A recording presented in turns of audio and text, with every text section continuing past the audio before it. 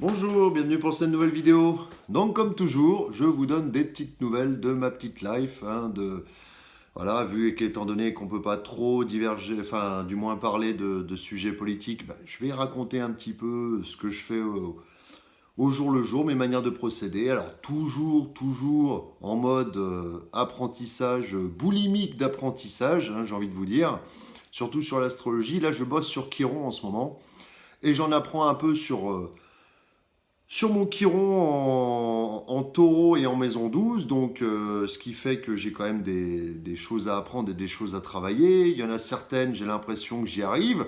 Parce qu'en fait, il faut savoir que, à ce que j'ai compris, Chiron va... Alors déjà, on a eu Saturne à peu près vers la quarantaine et Uranus aussi qui s'en mêle un peu, hein, à peu près pour vous résumer le truc. Parce que je suis comme vous, j'apprends en même temps que vous, en fait, et je vous transmets les choses, parce qu'il faut savoir que quand on transmet les choses qu'on a appris, ça permet de vraiment les mémoriser définitivement, quoi. Donc c'est pour ça aussi que je vous les transmets, tout en apprenant de mon côté. Et alors le truc, c'est que Chiron, c'est un astéroïde sur le thème astral qui va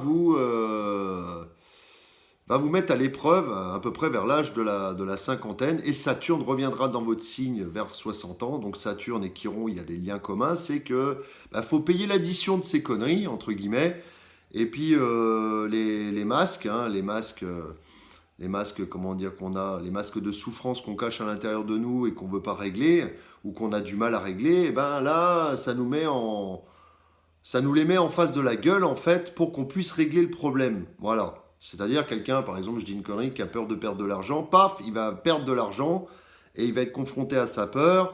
Et par exemple, il va devoir justement, après, il va en sortir grandi. Voilà. Donc il aura moins d'attachement matériel, par exemple. Vous voyez le topo, quoi. Voilà. Et donc, je bosse dessus et bon, j'apprends des trucs. Un risque de maladie à 50 ans, hospitalisation, décès, magnifique. J'espère pas que je vais perdre la peau à 50 ans, ça serait con quand même. Et aussi pour les enfants. Et donc voilà, mais bon, on ne sait pas. On ne sait pas. Donc le mieux quand on ne sait pas, de toute façon, c'est de se prémunir et faire au maximum les choses bien.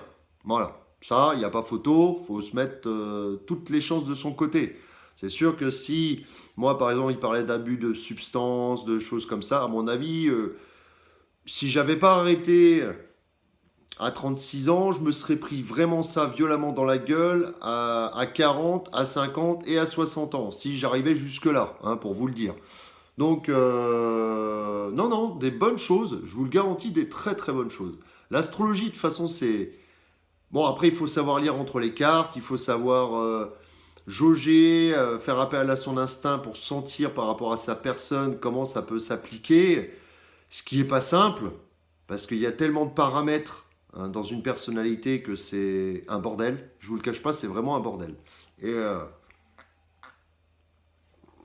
mais bon, voilà. Le but, c'est souvent quand on voit son thème, c'est de le remanier. Si on a oublié des choses, les remettre devant sa vue pour pouvoir vraiment bien les mémoriser et tout ça. Donc voilà mon petit travail, la marche, bon, comme toujours, Regardez, j'ai pas l'air si mal en point que ça, Depuis mon opération, justement, je me suis bien remis. Voilà, des petits tiraillements de temps en temps au niveau du ventre, mais ça, c'est banal, quoi. Je veux dire, c'est une douleur de 1 sur 100, quoi. C'est juste une sensation. C'est-à-dire, là, l'opération, elle est réglée, voilà. Et puis, étant donné que je reprends la marche derrière, je fortifie tout ce qui est musculaire. Alors il y en a qui vont me dire, oui, la marche, c'est pas un sport. Oui, si, la marche, c'est un sport. C'est même mon généraliste qui me l'avait dit à l'époque. Mais vous vous rendez compte, parce que j'avais des petits soucis de crampes et tout ça, il me dit, mais vous vous rendez compte, c'est un sport ce que vous faites, c'est un sport. Je dis, bah ouais, mais bon, j'avais pas l'air de me rendre compte que la marche était particulièrement sportive en soi. Bon, faut dire que là, c'est pas la marche tout court, c'est la marche nordique. Donc ça augmente justement les mouvements du corps et les interactions avec le sol, ce qui fait que justement, ça génère un peu plus de fatigue. Voilà, pour le dire vulgairement. Et puis, alors, J'ai été faire les petites courses tout à l'heure, hein, au supermarché aussi, hein, petite parenthèse pour sortir de tout ça. Et je peux vous dire, le prix de l'alimentation, il monte quand même sévère. Je ne sais pas ce que vous en pensez, mais quand même, quand on remarque, de toute façon, depuis le passage à l'euro, ça a été une redoutable connerie, hein, ça a été une véritable connerie. Et quand on voit le prix des aliments, voilà quoi. C'est vraiment de la... Bah, c'est vraiment la merde. Voilà, c'est vraiment la merde. Et de toute façon, ça va pas aller en s'améliorant, hein. Il faut se dire, avec les pénuries de blé à venir, les pénuries... Il paraît que dans un magasin, tiens, bon, là, je dévie sur la politique, enfin la politique du moins les informations, mais il paraît que dans un petit magasin comme ça, ils ont rempli les étalages de saucissons parce qu'il n'y avait plus d'autre chose à mettre que du saucisson. Donc ils ont camouflé l'air de dire, vous inquiétez pas, on a tout ce qu'il faut dans le magasin, mais en fait ils ont mis plus de rayons de saucisson qu'autre chose. Hein, où il y aurait dû avoir du fromage, où il y aurait dû avoir du pain, bah, ils ont remplacé ça par du saucisson. Comme ça passe à peu près, la quenelle passe bien, vous voyez si vous voyez ce que je veux dire.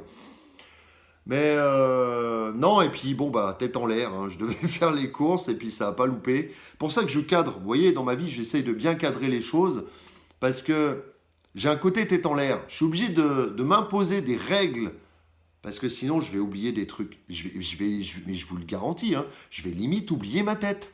Voilà. C'est pas. Quand j'étais môme, c'était une catastrophe. Voilà.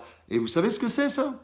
Quand je vois des mômes qui sont tête en l'air et tout ça, quelque part ça me permet de dire, parce que moi j'étais du moins comme ça quand j'étais petit, tu cogites.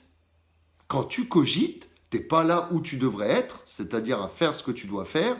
Tu pars à de patresse, hein, et puis du coup, bah, tu zappes des trucs, t'oublies des fringues. Moi, je me souviens, j'oubliais des fringues, je perdais des trucs. Là, j'ai fait des courses, on m'a donné une liste, j'ai oublié la liste. Mais j'ai aussi oublié des produits qu'il y avait dedans. J'ai essayé de faire marcher ma mémoire en me disant qu'est-ce qu'il y avait sur la liste. Ah ouais, mais non, là, ça l'a pas fait du tout.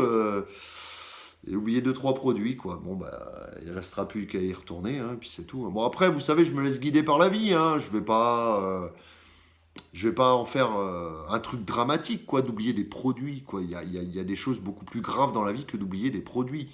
Hein, bon, c'est sûr que je vous cache pas que ça m'est déjà arrivé d'oublier mon traitement.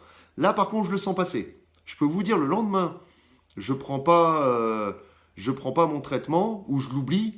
Parce que des fois, bon, on se rend pas compte, tout va bien, on est zen et tout. Et en général, ce qui a tendance à me rappeler à l'ordre, c'est un petit stress, petit truc qui va pas et tout ça. Et puis je dis, ah, ouais, le traitement, il faut pas l'oublier. Et donc voilà, ça m'arrive. Mais je peux vous dire que je suis vite rappelé à l'ordre parce que j'ai déjà, d'ailleurs au passage, j'ai déjà fait des tentatives pour arrêter mon traitement.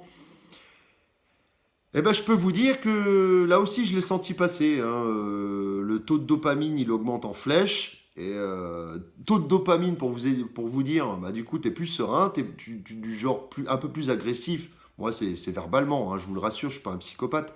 Mais plus agressif verbalement, plus râleur, plus...